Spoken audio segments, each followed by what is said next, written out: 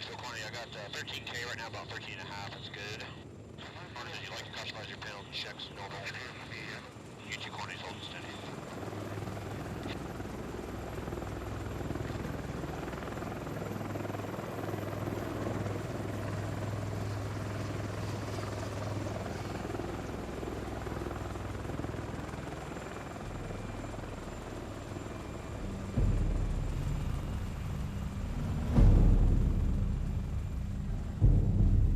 A Navy helicopter exploded off the coast of San Francisco. 8 crewmen are missing. 2 military aircraft have gone down after colliding just north of Hawaii's Oahu Island.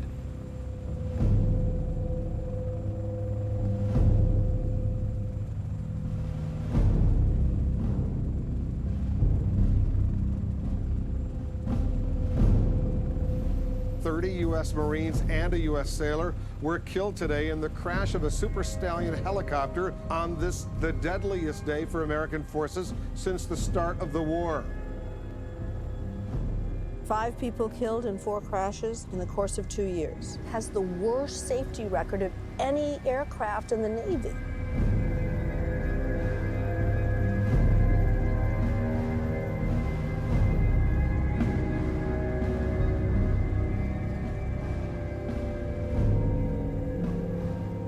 Reporters don't have much of an incentive to write about this stuff except when it's a horror story.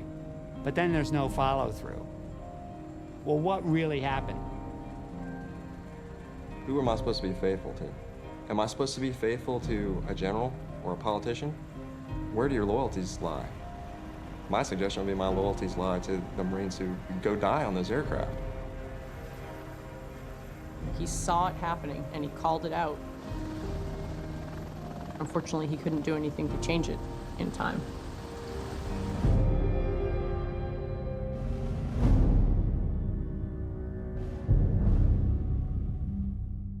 Lieutenant Wesley Van Dorn was 29 years old from Greensboro, North Carolina. Van Dorn was a 2007 graduate of the United States Naval Academy. He was one of the Sea Dragon pilots. And Van Dorn was a father of 2. Jax, why don't you help Dad?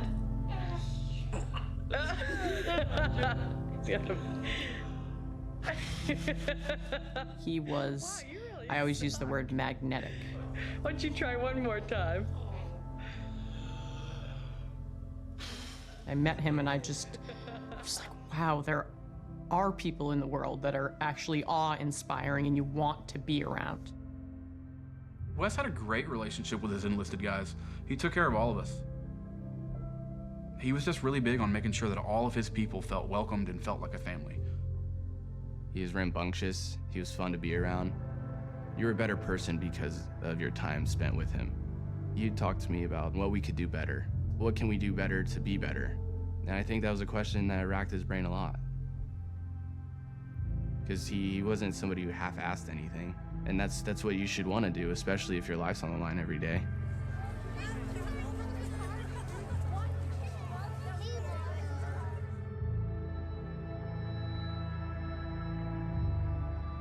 Wes Van Dorn long dreamed of attending a service academy. He spent hours fishing with his grandfather, a West Point graduate.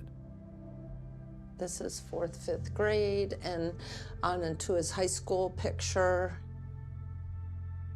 He was 19 when his mother Susan dropped him off at the Naval Academy. This is day 1, quite a day. He's thrilled here and he's a little thoughtful here, I would say. But he was very excited about his opportunity there. Having been appointed as a midshipman in the United States Navy, do you solemnly swear that you will support and defend the Constitution of the United States against all enemies, foreign and It was a very moving experience as a parent. You felt that you had done your best to bring them to that point, and then you were turning them over to the military to let them continue to develop and grow as a human being in the way they wanted to. So help you God.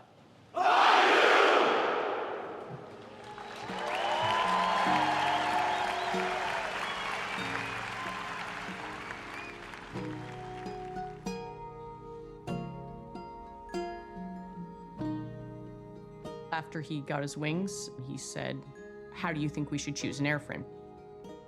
We decided together that the community that would allow for the best family life. Come on, little Jackson guy, come on. He decided that he wanted to be defined by his family. Look who it is, it's mine. And one of his other friends, who was in the 53 community at the time, told him that the hours he worked allowed him to be home for dinner most nights. Was that fun? That he would only deploy, once every couple of years. And so Wes put 53 as his first choice.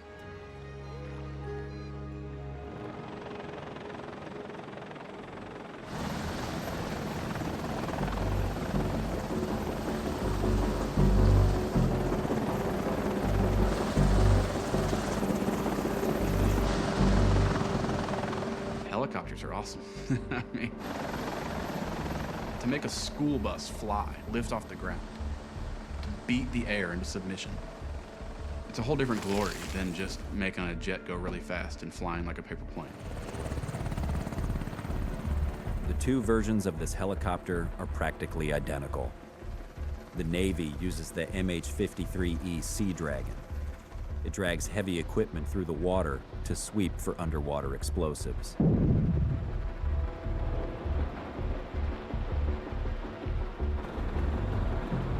The Marines use the CH-53E Super Stallion to move people and gear for critical missions.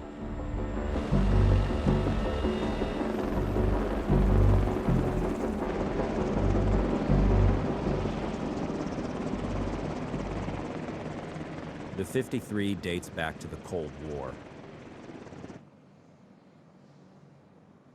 It can require about 40 man-hours of maintenance for just 1 hour of flight time. I have so many nights where you have cried and bled and sweat and cussed at this helicopter. The mentality in the MH-53 community is that we fight a battle against the helicopter. It basically means she never wants to fly. And there'd be that day, that one glorious, beautiful sunset bluebird day where you would get 4 53s all fired up at one time, and everyone comes and lines the hangars, and everybody's got their phones out.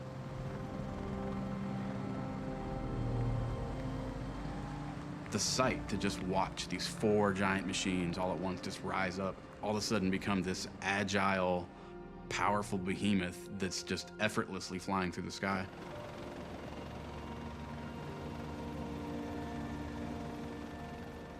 It's a sign of just strength. We had actually visited several times in Norfolk.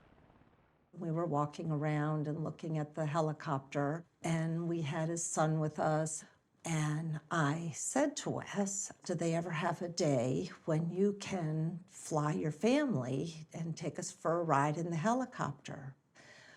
And I will never forget that, because Wes turned to me and he looked me in the eye and he said, "Mama, I would never take you up in this piece of crap." And I just looked back at him and I didn't know what to say, because that was what he was flying.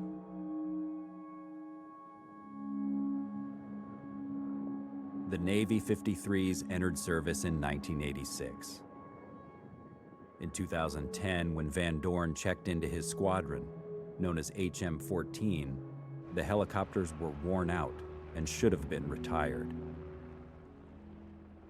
The Navy in the late 90s had started to come up with a plan to replace these helicopters. And then when that plan goes out the window, it's kind of like they're in limbo. The Navy tried new ships, minesweeping gear, and towing with less powerful helicopters. Nothing worked as planned, so they were stuck with the 53. And because the relic helicopter was destined to be replaced, money for spare parts and maintenance was hard to come by. Commanding officers of the squadron are applying pressure down on these guys to keep the aircraft going with fewer and fewer resources. And so out of that, all these bad habits formed in which guys were taking shortcuts. And that's when this culture of just get her done kind of took hold. When I checked into HM-14, I was about as green as it comes to naval aviation. Everybody has these preconceived notions of what aircraft maintenance is, you know, because you've changed a tire on a car or changed your oil. It's not what it is. There's a million preset publications that are figured out by engineers, and they've decided this is the way that you're going to work on this aircraft. So, to put it mildly, we didn't do that. It kind of always turned into a flight hours first, safety second kind of a thing. And it was kind of one of those, as long as nothing messed up along the way, and as long as too large of a crowd didn't see it, it was okay.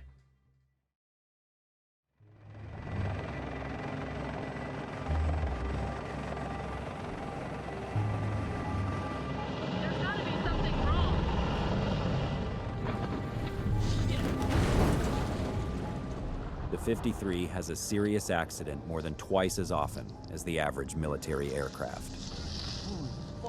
3 went down in a 2-month span in 2012. Van Dorn's sister squadron lost 1 on a runway in Bahrain and another in a mountain ravine in Oman. 포항에서 주한미군 헬기가 불시착한 뒤 전소됐습니다. Van Dorn's unit lost 1 too, in a radish field in Korea. You have a string of crashes in a short amount of time that doesn't necessarily give you the warm and fuzzies inside. And you don't get the warm and fuzzies when you're on an aircraft and it's having these issues. And I knew aviation wasn't always the safest thing to do. But at that time I was young and I was wet behind the ears. I was just learning, so I didn't ask too many questions. But I really began to realize there were problems the summer of 2012. HM-14 had to ferry 4 53s across the country to an exercise in San Diego. The aircraft I was on kept getting main gearbox chips. It means the gears are coming apart. We left Norfolk, Virginia with 4 aircraft, and by the time we got to California, we only had 1 aircraft that was up and able to do the missions for that exercise. You know, it's not performing to the capability that was advertised to you. You know, it's, why are we having all these problems? He would just come home and he'd have that frustrated look in his face.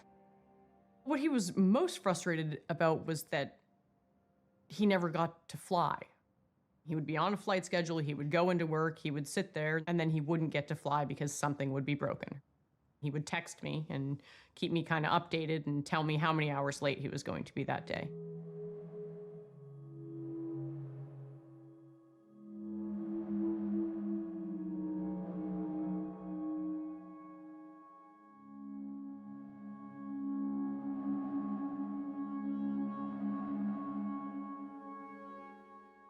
He didn't have a grand theory on why exactly they were happening, but they were little things that happened repeatedly that he thought was perhaps evidence of a bigger trend.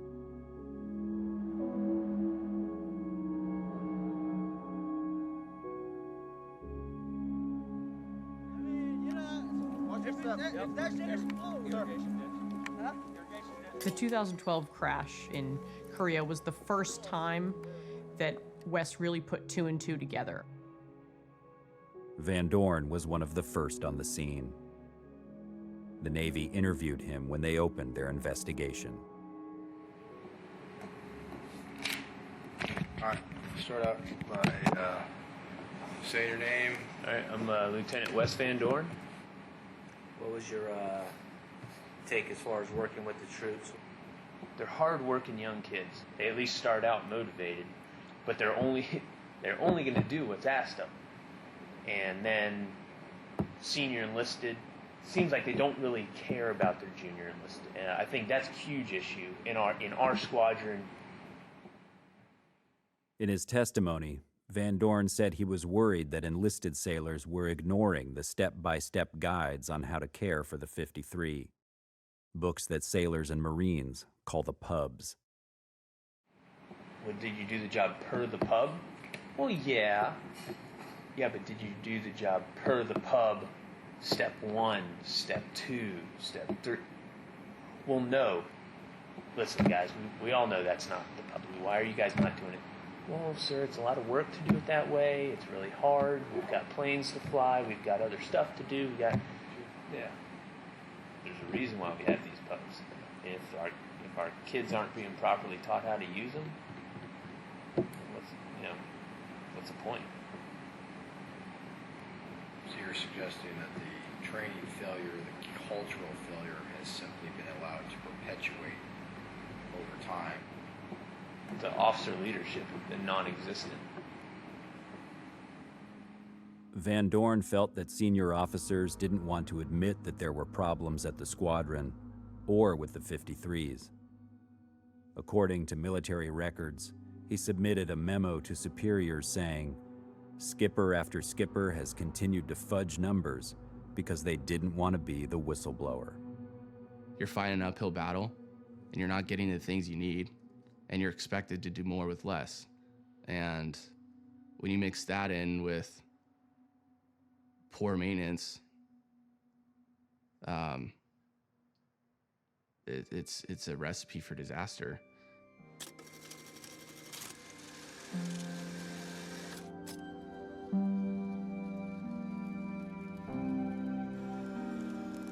The first fatal crash in a 53E came in 1984. The helicopter broke apart as it was lifting a truck. 4 Marines died. A mechanic who recorded a tape about his concerns died in a crash 2 years later. Congress opened an investigation. By early 1987, 20 people had died in training accidents on the 53E. A Navy helicopter exploded off the coast of San Francisco in heavy fog Monday. 8 crewmen are missing. Rescuers do not expect to find any survivors. There was pieces of debris from the size of a quarter to as large as a Volkswagen. The death toll ticked upward, both in the military and at the manufacturer. CH-53E, or Super Stallion helicopter as it is called, crashed here at Sikorsky this morning, killing all 4 people on board. The helicopter went down during a test flight. The helicopter full of Marines and 1 Navy sailor had gone down. The sailor and 30 U.S. Marines were killed. The CH-53 Super Stallion, like this one, was 31 dead in a single crash. It made for the deadliest day for U.S. troops in the entire Iraq War. 25 fatal accidents. Some were the fault of the pilot, and others the helicopter. By the end of 2013, over 100 service members had been killed on the 53E, not one the result of enemy fire.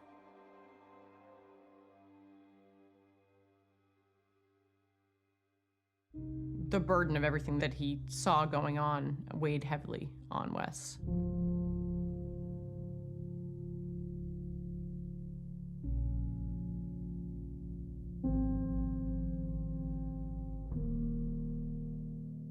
He felt like no matter what he said or what he wrote or who he complained to, nothing was changing. If anyone should care about what's happening on that aircraft, it should be me and the other pilots, I think. It makes sense to me, because I'm the one who's going to get in it and have something terrible happen if it doesn't go right.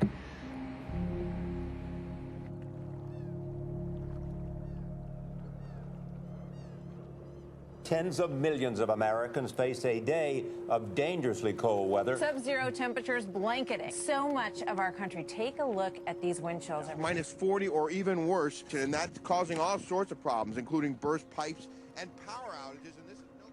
Besides the cold, it was supposed to be a routine morning. If the sailors of HM-14 could get their helicopters in the air, they'd fly a run-of-the-mill minesweeping exercise. When I showed up at the squadron, found out one of the aircrew members, their pipes had burst at their house, so I filled in because I was one of the only available crewmen at the squadron at that time. Dylan Boone joined air crewman Brian Collins, crew chief Justin Godfrey, co-pilot Sean Snyder, with Van Dorn in the pilot seat. Mechanic Chris Hummey came in early and checked to be sure the freezing temperatures weren't causing extra problems for the helicopters. Normal troubleshooting stuff comes up, you know, this light popped on, this circuit breaker pops this, check this, normal stuff. But everything appeared to be fine. I had a pretty good rapport with Lieutenant Van Dorn. He just wanted to know it was good. He was like, homie, just tell me shit's good. You're qualified, I trust you. Roger that, sir, shit's good. And I slapped him on the back, and I turned around and I got out of the cockpit and I walked off the aircraft, and it flew away.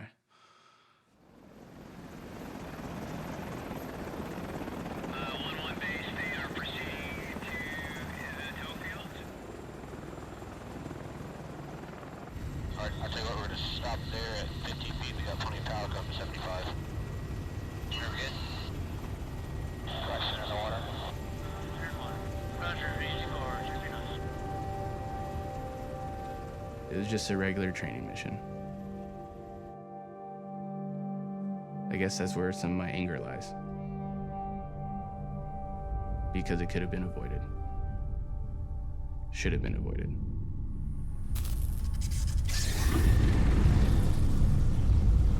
I felt some heat on my neck and turned around and saw that we had flames and smoke in the cabin. It was like a flamethrower that was just eating everything in its path.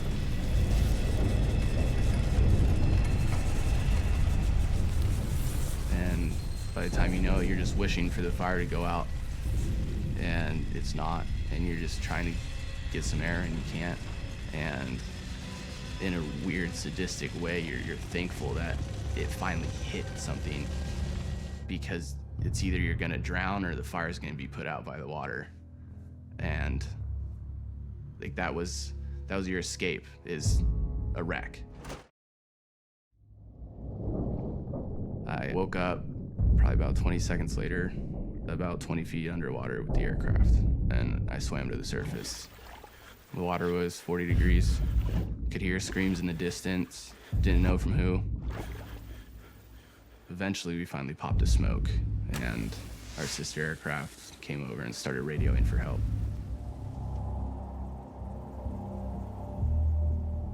The debris field covered the area of 4 football fields, but most of the helicopter quickly sank. The remnants of the chopper known as Vulcan 543.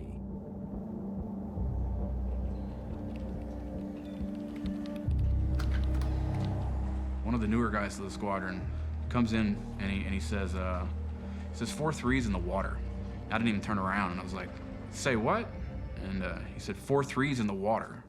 And then you just start panicking. Did I do this? You know, did I tell him this shit was good and it wasn't? And you know you did it right, you don't know. Because it's a crash. There's a helicopter that crashed into the ocean on a day that it's 10 below zero, and you have this mental picture of these men freezing in the coldest day that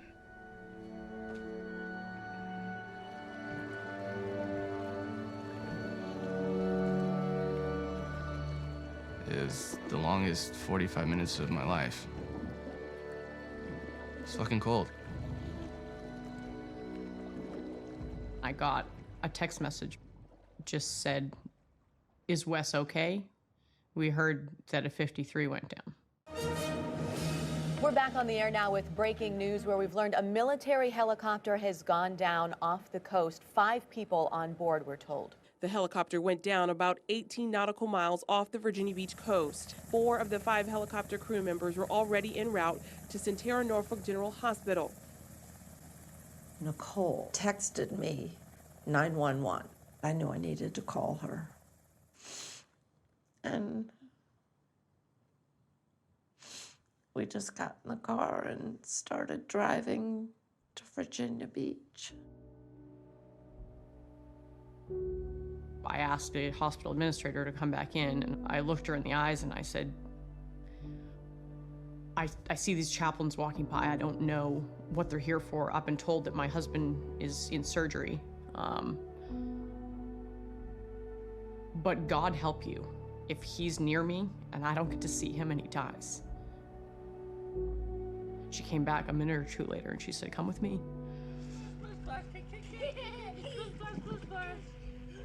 They let me hold his hand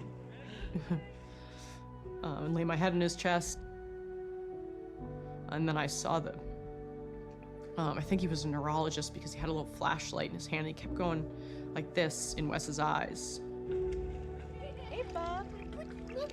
And then he kind of looked at the other doctors, and that's when I knew. I laid on him for the next 7 hours waiting for his parents to arrive. And that was when the Navy walked in to notify me that he had been in a helicopter crash. Now we turn our attention to that deadly helicopter crash. Today is a struggle for the community. Just kind of sitting there numb. My wife came home and I was sitting in basically the dark. And I just couldn't hold it back. I just started bawling like a child. You know, I just remember saying over and over again, they're dead, they're hurt, they're dead, they're hurt. I don't know if I did it. It could have been me. What if I did it? The mechanic in you, the perfectionist in you, you just can't stop thinking about, could I have stopped this? Could I have changed something that made this different?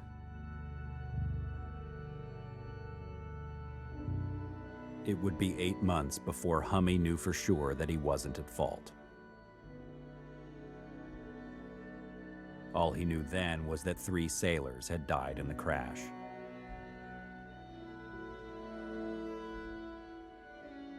Air crewman Brian Collins from Truckee, California, was 25. He'd just celebrated his first wedding anniversary. Co-pilot Sean Snyder, also from California, was 39 and the father of 4. He was found with the wreckage a week after the accident.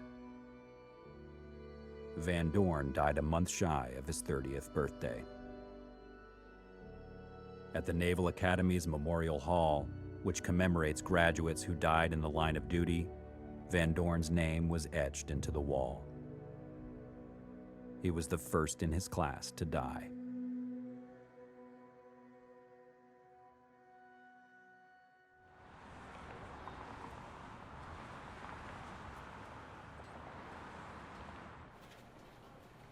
Hey Scott, it's Mike Hicksonbaugh, the pilot. I left a message on your cell. I was sitting at my desk on January 8th, 2014, and an alert goes out on Twitter from the Navy saying that a helicopter had crashed off the coast of Virginia.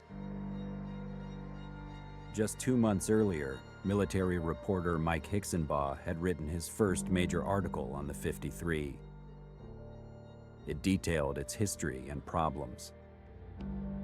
He'd interviewed Navy Captain Todd Flannery, the East Coast top helicopter pilot.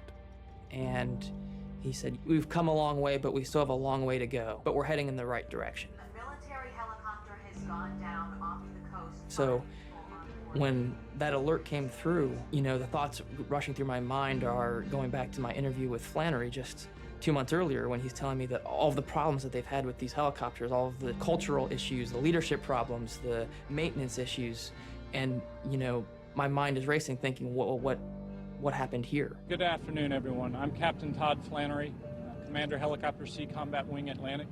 I'm joined by... I remember asking Flannery that day... Today has definitely been a tough day on all of us. Whether he felt like these aircraft were safe. Do you have any concerns about the safety of these aircraft? No, I don't. I do not. And even on that day, he maintained that, yes, you know, I believe that these are safe aircraft. I started working on a story that, in much more detail than I had previously done, told the story of the Sea Dragon.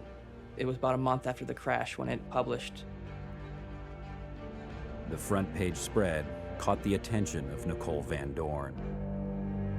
He wasn't just accepting the facts given to him by the Navy at face value. He was inquisitive. Maybe he's willing to break the mold. Someone who's professional enough to not just chase a story that isn't there, but if there is truth to it, I also want someone who's not afraid to dig deeper. It was a day or two after that, late one evening, I got a text message from a number I didn't recognize. and it was Nicole Van Dorn. My husband expressed to me before he died that he was really worried about things going on in the squadron, and he kept copious records, and I don't know if I have anything, but I also need a place to bring it all. The text sent chills up my spine. It's a tragedy. It's a guy who sees a problem, commits to trying to fix it, and the problem kills him. I guess from the very beginning, I assumed that if I wanted answers, really transparent, truthful answers, I was gonna have to get them myself. Once the helicopter was recovered and it was in a hangar, I said, I want to see it. I want to know what actually caused the crash. If it was Wes's fault, I want to know it was Wes's fault. If it was one of the air crewmen's fault, I want to know. If it was a failing of the airframe, I want to know. I care not to speculate on that. To get the answers she was seeking, Nicole pressed Captain Flannery for updates. He was very kind, and he called me a lot. And when I went to see the wreckage, he said, the way it's looking is that Wes was not at fault. I want you to know that to help you rest easy, that he did nothing wrong, that it was just a freak accident. That's where the truth stopped for me, because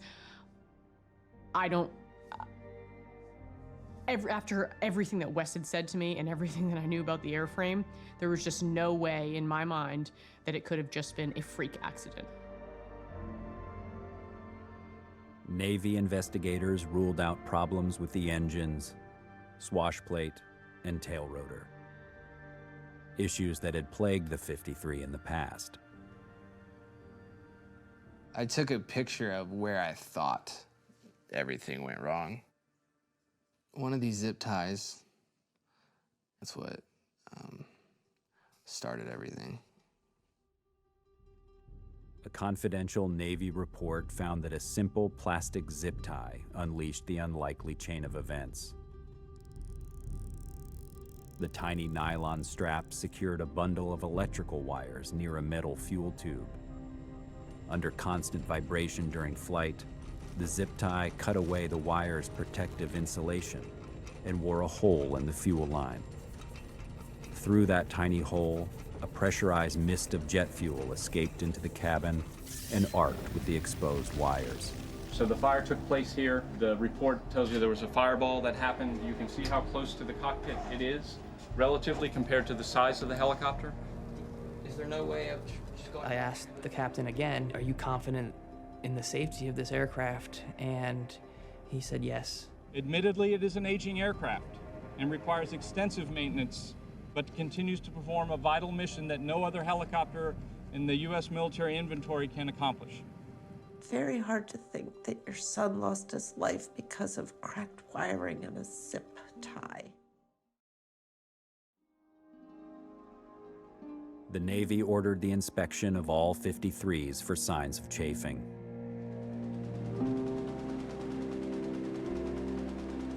After the first anniversary of the crash, Wes Van Dorn's story went national.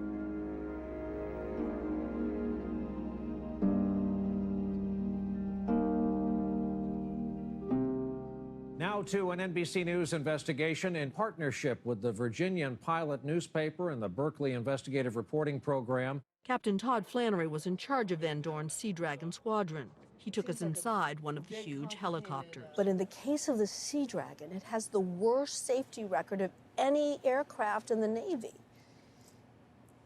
It does. 5 people killed in 4 crashes Yes. in the course of 2 years. Yes. Those are odds I don't think most of us would want to take. They are not good. Those numbers are not good at all. I mean, how many crashes do we have to have?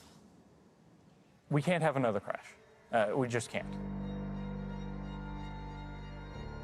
In the days after the story was published, several people kind of came out of the woodwork.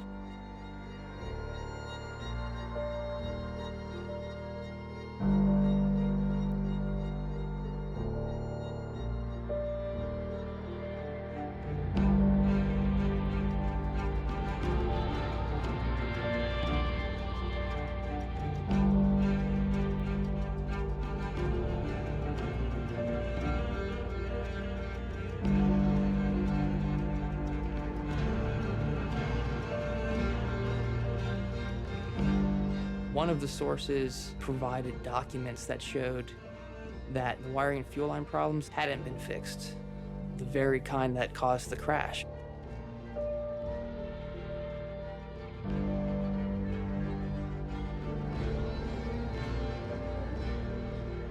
These aircraft were still flying, and nothing had changed.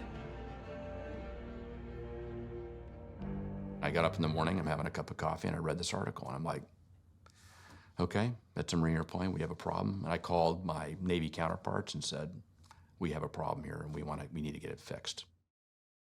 No one was more surprised to learn about the failed inspection effort than Lieutenant General John Davis.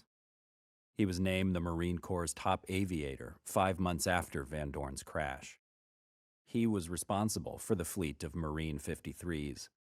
Now retired, he was the only senior officer willing to be interviewed for this film. Tried not to lose my composure, but I was unhappy. I was concerned. You know, from, hey, we're good to we're not so good. An independent person out there taking pictures found things that weren't in line with what we thought, but people thought the standard should be. And so, yeah, I wanted facts, I wanted data, I wanted it quickly. Davis grounded the fleet. Sailors and Marines spent months looking for signs of chafing, while pilots were on the sidelines. No one's gonna fly until we find out if we got a problem out there in the fleet, which was the responsible thing to do. Stop, everybody stop. And no one in the Marine Corps faulted me for that, nobody. But there's clear evidence that the Navy and Marines knew for decades, even when the 53 was still in prototype stage, that there was another problem. The type of wiring on the helicopters was a serious threat. This is a piece of Kapton-insulated wire. It's still made to this day and flies in over a third of the world's commercial planes. The BBC used the Navy's research when it published a report on a wiring type known as Kapton. Kapton is best when young. It's featherweight, the thickness of only about 3 human hairs, flame-resistant, tough. That was the good news. And this is the bad. The Kapton insulation can explode like a firework if it's chafed and rubs against metal. Particularly bad for the Navy, tests showed that the problems get worse in wet environments. Kapton insulation burned to a crisp. In the late 80s, the Navy decided to discontinue the use of Kapton wire in its aircraft. But the ban was a half measure. It applied only to new 53s and repairs, not to the 151 helicopters built with Kapton. If everybody knows that this wiring insulation is bad, it shouldn't be used, then everybody that's in the chain of it should know better and should not let it happen. Louis Francke argued before the Supreme Court in a case involving an earlier version of the 53. He sued the manufacturer, claiming a design flaw led to a pilot's death. You can't sue the military for things that go wrong. Hand salute. Some, lieutenant says, go run over that hill, and you get shot. Maybe it wasn't the right thing to do. It should have said run over the other hill, and you wouldn't get shot. You can't sue for that. We all accept that. But the products are something else. More arcing and burning occurred, which re-tripped this breaker and caused 4 more to trip. They're not volunteering to be killed by their own military or the military products they're supplied. Francke lost the case. The court found in favor of the manufacturer. Like the military, government contractors were now immune as long as they followed design specs and the government had knowledge of potential dangers. The families who have lost a loved one because of a defective military product have essentially no recourse. They are the least powerful to ever stop using it or have something changed. The game is rigged. It's rigged against them. The people who are really hurt have no power. Should he still be alive? Sure, of course he should be. I mean, he should be alive because that product shouldn't have that insulation that causes that problem. Could he have been killed by something else? Maybe, but that's not what did it. What did it is a history of people ignoring what needed to be done. and should have been fixed. Court records show that Sikorsky, the manufacturer, twice recommended replacing Kapton on the 53 after learning of safety issues. That was more than 3 decades before Van Dorn's crash. After a third proposal, the Navy decided to explore removal. Navy safety records reveal that Kapton has been involved in more than 50 incidents on the aircraft. One report from 1999 foreshadowed Van Dorn's accident. It's almost as if I'm reading the safety investigation report from Wes's crash. The location of the hole on the pipe indicates chafing had occurred during normal aircraft vibrations in flight. One of the plastic zip ties wrapped around the wire bundle, rubbed against the pipe. Over an unknown period of time, these components became soaked with fuel and they eventually ignited. Well, I'm glad the damage was minor for them. I wish that would have been our case. I would take that over. That's shitty. Why wasn't this, was this ever addressed? I don't think so. That was 15 years. The investigation into Boone and Van Dorn's crash never mentions Kapton. The maintenance log shows that some of the wiring had been replaced, though not at the site of the explosion. Why would it have still been on that MH-53E that crashed in Virginia? I don't know. I don't know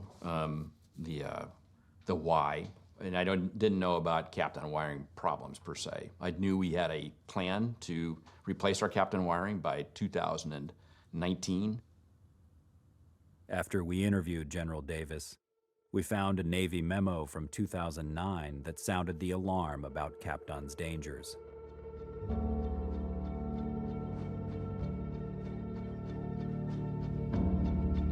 Senior officers signed the document, approving a plan to only gradually replace Kapton. One of the signatures belonged to General Davis. We went back to him and Davis said he doesn't recall the memo, but he said that replacing Kapton in phases and implementing 2 other safety measures seemed reasonable.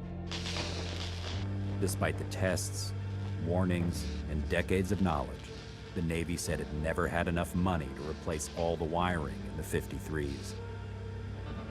One of the things Captain Flannery told me when I sat down with him back in 2013 was that the Sea Dragon for several years had been what he called a bill payer. So in other words, funding to, say, replace Kapton wiring would be rerouted someplace else. Because the Sea Dragons were going to go away. And so that money would be put to some other need, some other mission, some other more high-profile platform. The Navy called Kapton the highest-ranked safety risk in the fleet. But just months before Van Dorn's crash, the Pentagon diverted funds away from Kapton replacement, further delaying the effort to remove the deadly wiring. How dare you?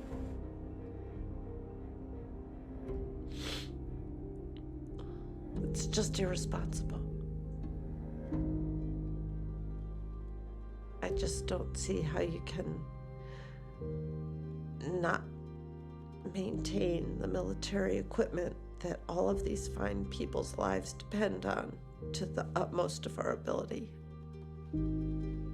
I look at the moon that looks like a boat. My dad's arms are like a boat, too. I think any widow would tell you that it doesn't get easier. The sting is still the same.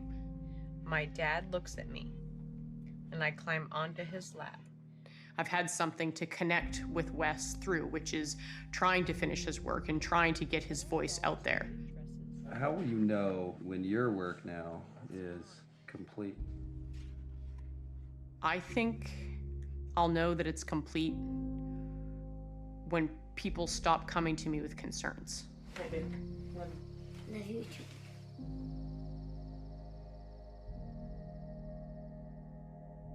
I read the full story in the Virginia pilot.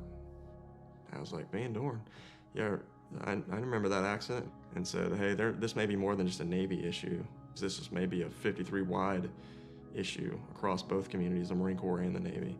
And that kind of prompted me to contact Mike and then get in touch with Nicole after that. Captain James Skelton flew the Marine version of the 53 for 7 years. As a quality assurance officer, he kept a sharp eye on maintenance and safety, and he found himself at odds with leaders primarily focused on getting aircraft in the air. In the infantry, you can smash a guy for complaining. Boo-hoo, cry me a river, I don't give a damn, get your ass back out on the front line. That's fine, that's how it's supposed to be. But if you're in the aviation environment, it doesn't work that way. The lowest guy should be able to bring up the biggest problem to anyone he needs to bring it up to. When you start out as a pilot, you're young. You're a young, impressionable Marine, you're a first lieutenant. You're definitely in a position where you're not going to question authority.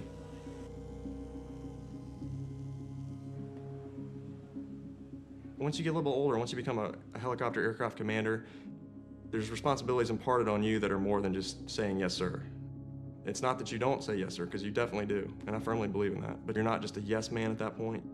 Especially in my ability as a quality assurance officer, I'm responsible for the ultimate safety of that helicopter and the Marines that get on it. You have to have the folks who will stop something if there's a train wreck about to happen. Enlisted Marines in Skelton's unit complained about a culture that chose flight hours over safety. They said they were belittled, humiliated, and slapped down when they tried to point out safety problems. More than a dozen wrote letters about their concerns and dropped them off on Skelton's desk. If they have to come to me as a captain in a different department, then there's a serious problem. I decided I was going to write my own letter, and I was going to run it up the chain of command. What I anticipated would be, okay, let's take a time out. Let's figure out what's happening here. Why are these guys so upset? It became more of a admonishment from the senior leadership that we were wrong, that there was mutiny going on in the lower ranks, and that we needed to pull our head out of our asses, basically, and get back out there and do what we're told. I've seen this. You have? Yeah. Have you seen the whole packet? I remember asking questions about this note. I wanted to kind of get to the bottom of whether these are valid or not.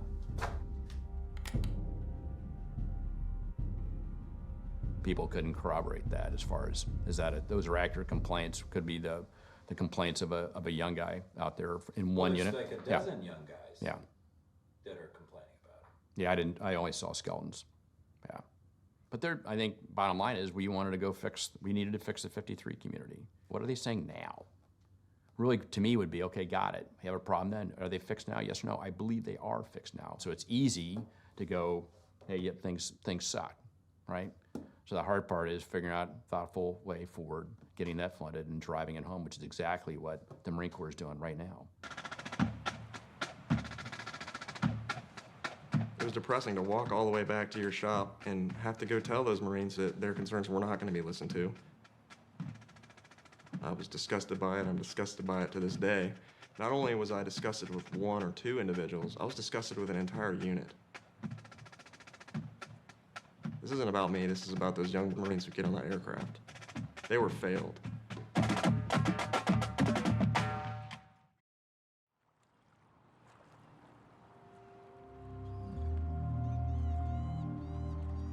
The kind of situation that you are seeing with the helicopters is very typical of things I've seen over the years.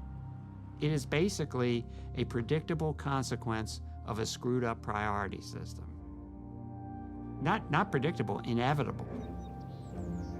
And because it is inevitable, you can see it ahead of time, and when you continue this behavior into the future, it basically boils down to malice aforethought. When Chuck Spinney talks about defense cost overruns, Congress listens, and so do his Pentagon bosses. Chuck Spinney spent more than 25 years as an analyst in the Pentagon. We projected that our modernization costs in 1982 would be here. They actually turned out to be here. That's a mismatch of 100%. Now, we can't change this cost. In the early 80s, he briefed Congress on how Pentagon spending was impacting readiness and led to part shortages, disgruntled maintenance crews, and pilots who were short on flight time. 30 years later, Van Dorn still wrestled with the same problems. If what you're saying is true, then we not only have a budget problem, but I think that we frankly have a major problem in national defense. The number one priority in the Pentagon is to pump up the budgets that are associated with the development and purchasing of new weapons. Now, if you pump those up, you basically try to hold down the money that's spent on operating existing weapons in terms of readiness, training, buying spare parts, maintenance, things like that. And in the case of the CH-53s, maybe one of those cutbacks was saying, hey, we can live a little longer with this shitty wire. Readiness is first and foremost in the Marine Corps. It is. And the CH-53E was not ready. It was not ready to do all the things we needed to do, that's a fact. And what put it in the state that it was in? I think that's one, we had some budget challenges inside the Department of Defense, but the money's being pulled from our Department of Defense budgets at the same time we're forward deployed and fighting. So a very challenging environment out there for sustainment. Some people say that the cost of new weapons are constantly taking away resources from programs like the 53. Do you agree with that assessment? I don't. I think that you've got a balance. You can't fly the old metal forever. You have to keep pace with changing threat and requirements out there. You can't just say, we're just going to take care of the old and not do the new. So you have to balance that. I agree. You do have to modernize. You have to support the fleet in being. You have to do both, but you can't get there from here doing business as usual. That's what we've been arguing about for 30 years. Spinney was one of a small group in the Pentagon and on Capitol Hill focused on military reform. Another was Pierre Sprey, who spent 20 years as a weapons analyst and designer. The idea that we're having safety problems, we're having maintenance problems, just because the total defense budget is not big enough is ludicrous.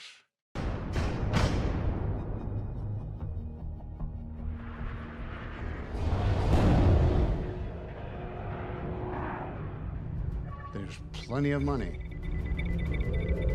but you can't do what's really needed for the people and buy all the glitzy toys that the Congress and the industry and the generals want.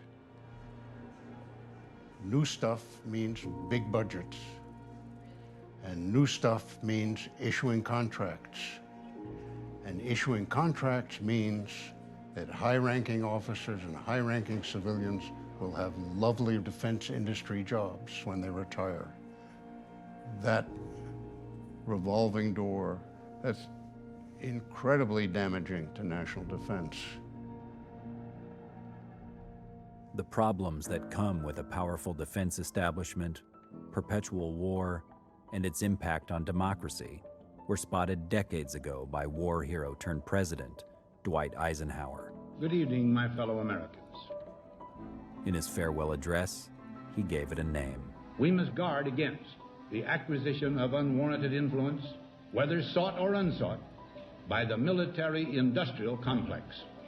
The military-industrial complex is basically what some political scientists call an iron triangle of relationships. Those three corners being the military, the Congress, and the contractors. And how money circulates around that triangle is the key to understanding what's going on. It's basically a little bit like a bait and switch operation. You basically downplay the future costs of a new weapon. You say it'll be easy to maintain, it'll be more effective, and we estimate it's going to cost this. Then the political engineers start distributing that money as quickly as possible to as many congressional districts as possible. Then, once the true cost of the program starts to manifest itself, there's nothing you can do about it because the program's got too many vested interests spread all over the country. The F-35 is the classic case in point. The richest contract in the history of the Pentagon, finally awarded. The aerospace company Lockheed Martin have been chosen over Boeing to build a new fighter plane for the U.S. and Britain.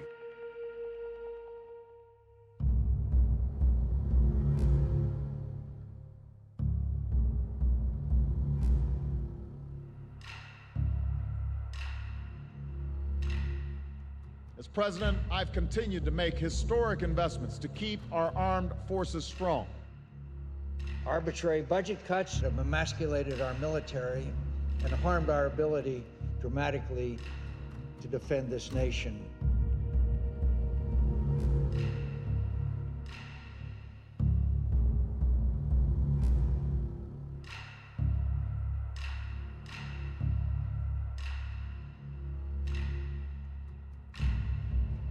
Let's modernize. We need to respond to evolving threats. If I'm president of the United States and Congress tries to cut the military, I will veto that in a millisecond.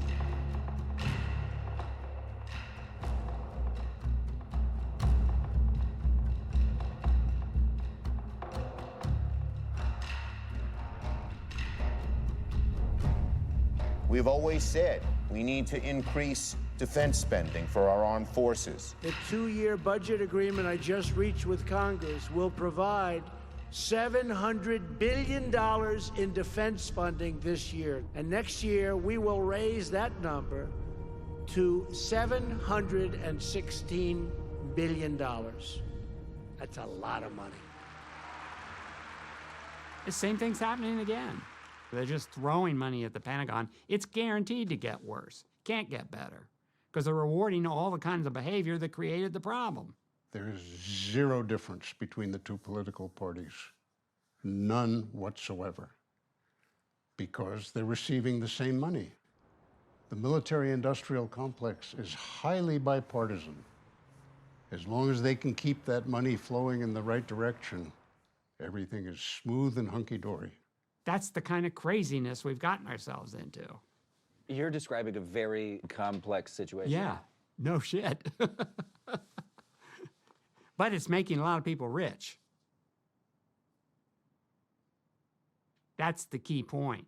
A lot of people are benefiting from this lunacy. Generals are going through the revolving doors. Lieutenant colonels and colonels are going through revolving doors.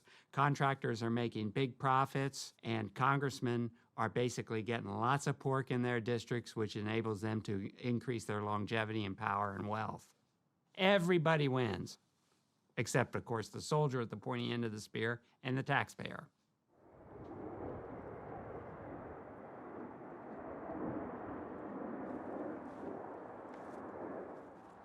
I love the Navy. I mean, I come from a big Navy family. There's chiefs in my family. There's master chiefs in my family. There's a lot of pride. And that's all I wanted to do, was just make everybody proud. Chris Hummey was widely regarded as one of the top mechanics at HM-14. He was also the sailor who told Wes Van Dorn that his helicopter was safe to fly just 2 hours before the fire broke out. He battled nightmares for months. In the wake of the crash, he grew frustrated with too much business as usual. I'm not a politician. I'm just a mechanic who saw a lot of things being done the wrong way, and I tried to voice it. And I think as a whole, that has a lot to do with me getting pushed out.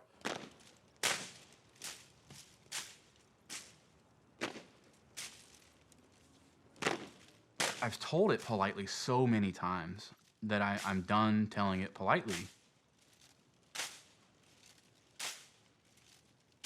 Basically, I'm coming clean with, we're doing illegal maintenance.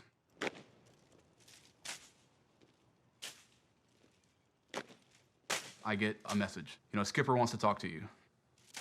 come in, sit down. And I realized very quickly this is not a conversation of anyone wanting to talk about the letter I wrote other than how inappropriate the letter that I wrote was.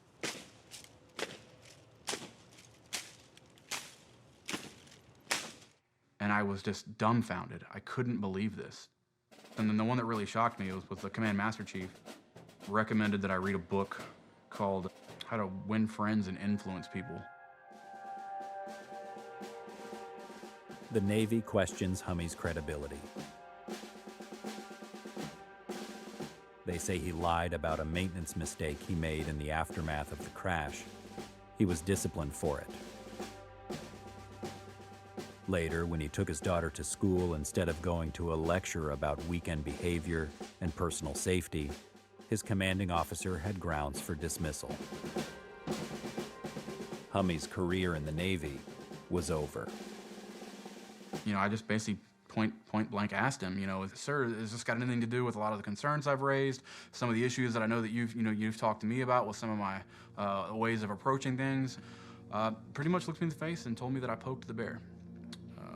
I poked the bear too many times, and now I've got to deal with it. The reaction, typically of the system, is this guy is dangerous. This guy might talk to a reporter. This guy might talk to a congressman. How do we get rid of him? And then they're on him like a hawk. Every time that guy fails to tie a shoelace, he's up before a board. You can take anybody and drive him out of the service, you know, in 3 to 6 months, if you're on him like that.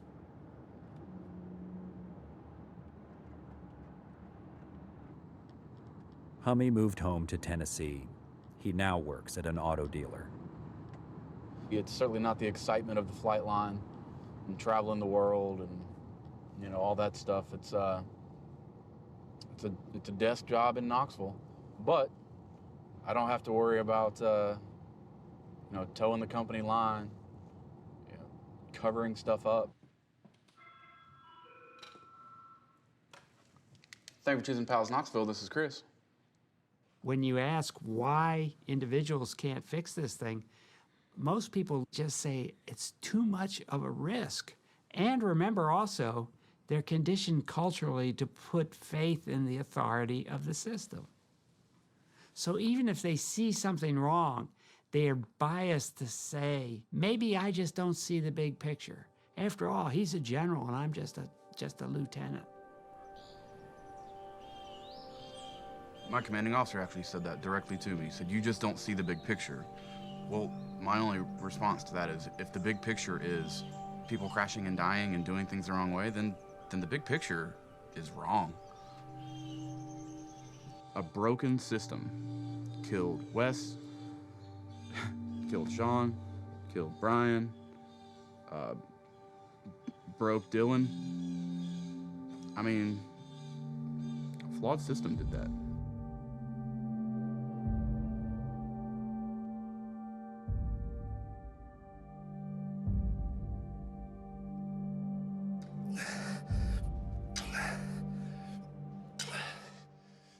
Dylan Boone was medically separated and honorably discharged in 2015.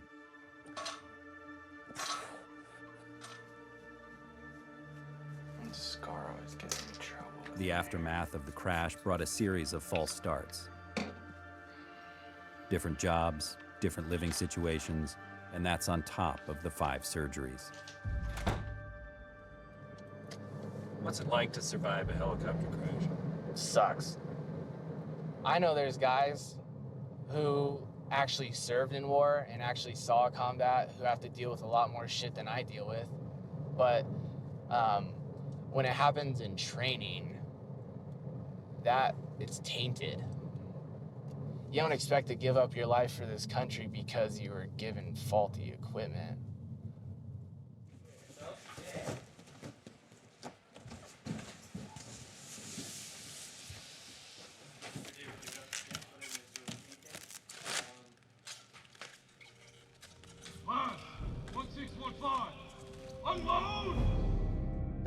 It's as simple as the Air Crewman's Creed. Like, my country's built me the finest aircraft known to man. I, the United States Naval Air Crewman, my country has built me the finest aircraft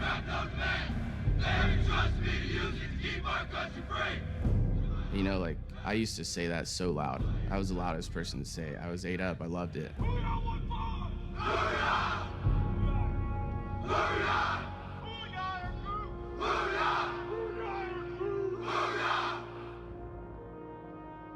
3.5 years after the accident, Boone decided to move closer to family in California. I'm not gonna pretend that I haven't had those dark nights and struggles with PTSD. 3 volumes, medical paperwork. A lot of the time, you know, I'd get a surgery and just get Oxycontin or Valium or Percocets. And it was a concoction of coping with physical ailments and mental instability, fueled by alcohol and prescription drugs. They take all the pain away, not just your physical pain, but you don't think about anything and you really don't care.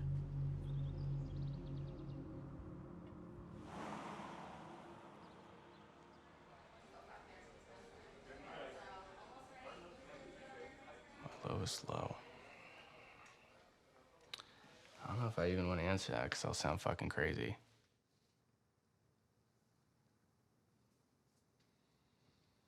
Lowest low. Gun in hand.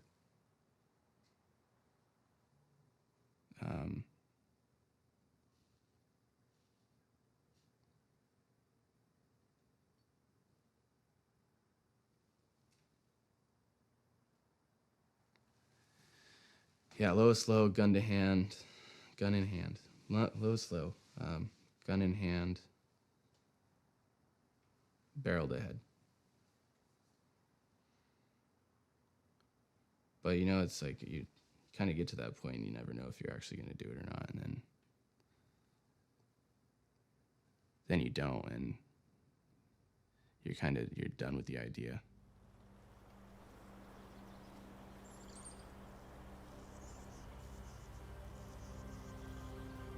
Sometimes it's just a bad day and things continue to roll downhill. Sometimes it's really hard to find the reason for why things happen. And sometimes it feels like you're damn near close to breaking. I think all of the platforms we've had in the United States Marine Corps, the legacy platforms, had a bit of a readiness challenge, a severe readiness challenge. And it manifested itself in about 2014. I looked at the 53 as being one that was more challenged than some of the others. What I didn't understand early on is how to fix the problem. Right now, the world is a pretty dangerous place. And we got Marines forward deployed at sea and ashore. Davis had a dilemma. He had Marines in Afghanistan and the Middle East dependent on the 53, and he had concerns about the condition of the helicopters. He ordered a study of his 53s in order to figure out how to get the fleet back on track. The report found that less than a quarter of the helicopters were mission capable, far below the Pentagon's requirements. It recommended a complete overhaul, a reset of the 53 fleet. What took so long? I don't know. I just, I can't answer that question. I can only answer the questions that I dealt with when I got there. 7 months after the report was complete, the 53's troubling legacy continued. At a 53 squadron in Hawaii, so few aircraft were available, Marines considered the flight schedule a running joke. But on a night in January 2016, 12 Marines boarded 2 helicopters for a training exercise. Tourists took in luau's. Security cameras kept watch on vacation homes. One spotted the choppers just offshore and captured the moment they collided in midair. All 12 Marines were killed instantly.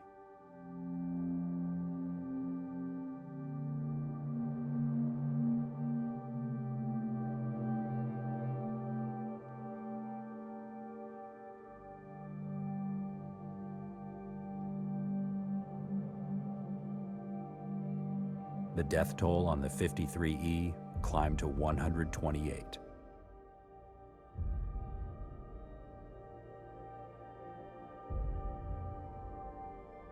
That's terrible. And I think, it's, again, heartbroken that we lose these fine Marines in a mishap like this.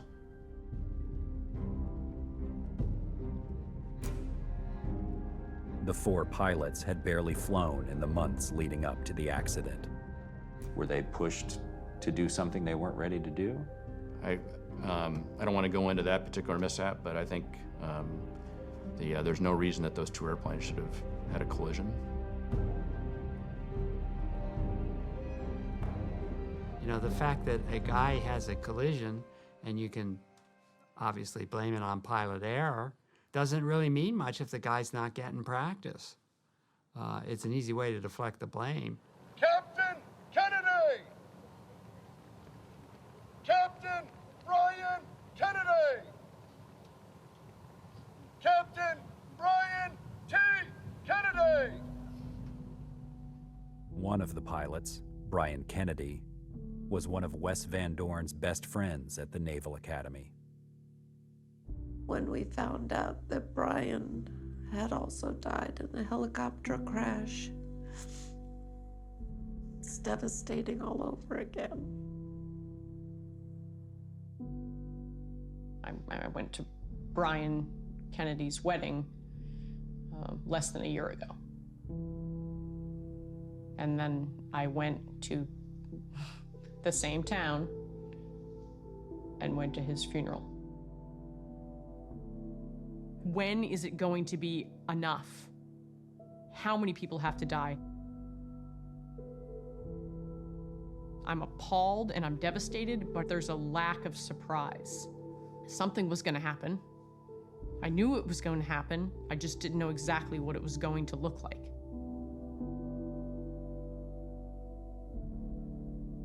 Kennedy's name was inscribed below that of his friend at the Naval Academy's Memorial Hall. They are the only 2 members of their class to die in service, not in battle, but training in an aged helicopter.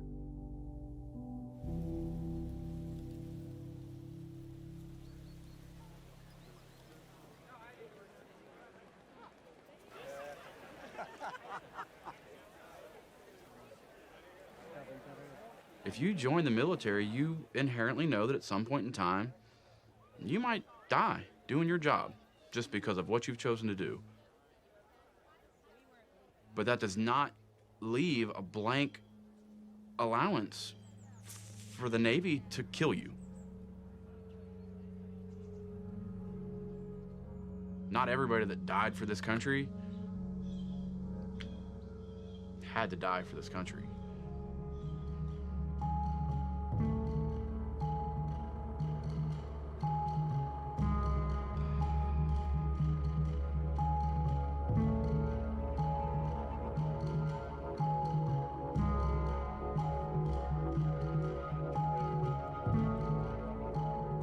We're looking at every single wire.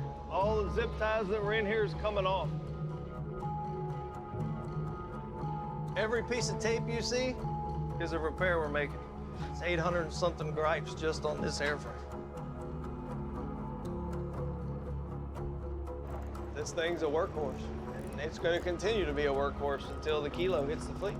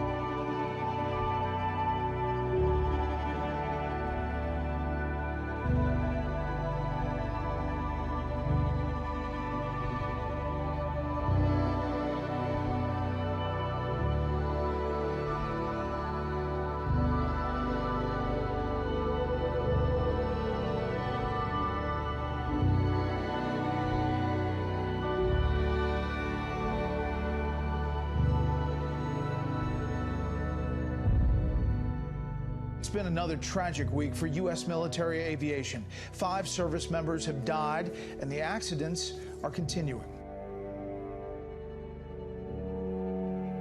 The number of accidents involving manned military aircraft between 2013 and 2017 spiked 40%. 40%. I would reject wave and crisis. Those are mishaps that occurred. Each one is tragic. We regret each one. We'll look at them carefully. I'm certainly not prepared to say that it's a wave of mishaps or some form of crisis. No, I'm not prepared to say that.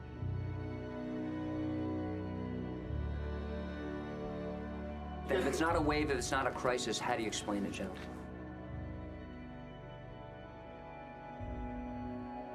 And I understand some of you, really great pilots, could use some new CH-53s. Is that a correct statement? You want to see some new ones? Huh?